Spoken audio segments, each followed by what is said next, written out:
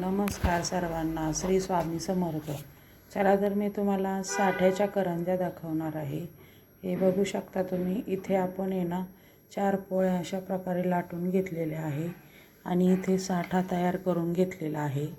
आणि इथे आपलं सारण आहे. तर सारणमध्ये मी मिल्क पावडर, मिल्क पावडर, बदाम, काजू आणि पिठी साखर, खोबरे आणि गरा भाजून टाकलेला आहे. तर चला तर मग आता आपण साठ्याच्या करंज्या करूया.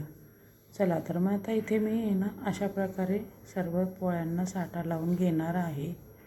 बघू शकता तुम्ही. आणि मी ह्याच्या साठ्यासाठी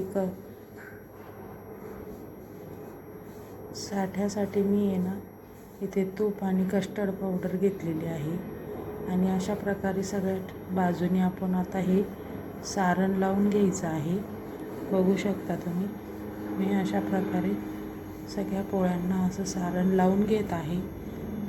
ह्यात खायलाही खूप छान लागतात आणि खूप छान अशा लेयर्स येतात.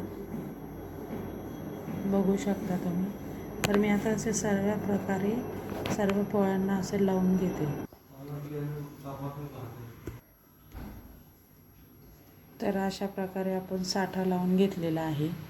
आता आपण त्यांना असं गोल गोल दुमडून घेणार आहोत. तर बघू शकता अशा प्रकारे त्याचा रोल करायचा आहे. तर मी आता हा असा रोल करून घेत आहे. तुम्ही पण असाच रोल करायचा आहे. हळूहळू हा रोल करत जायचा आहे आपल्याला. आता हा रोल केल्यानंतर आपल्याला असं मळून घ्यायचं आहे आणि एकसारखा करायचा आहे. आता हा एकसारखा रोल केल्यानंतर आपल्याला बरोबर मधोमध ह्याला कापायचं आहे. तुम्हाला मी दाखवते आता. हे बघा, तुम्ही बघू शकता. आपण चाकूच्या साहाय्याने बरोबर असे मध्ये कापून घेतलेले आहे. तर आता आपण याचे आहे ना गोल गोल चकल्या करून घेऊया. हे बघा, अशा प्रकारे करून घ्यायचे आहे.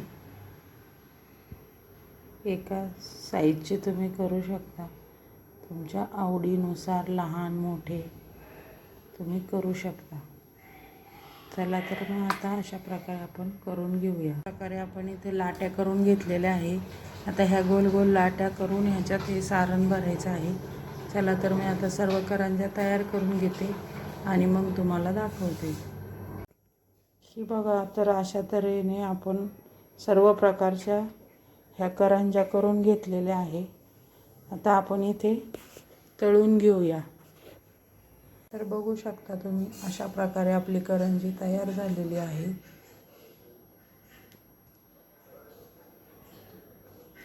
बघू शकता तुम्ही. हे बघा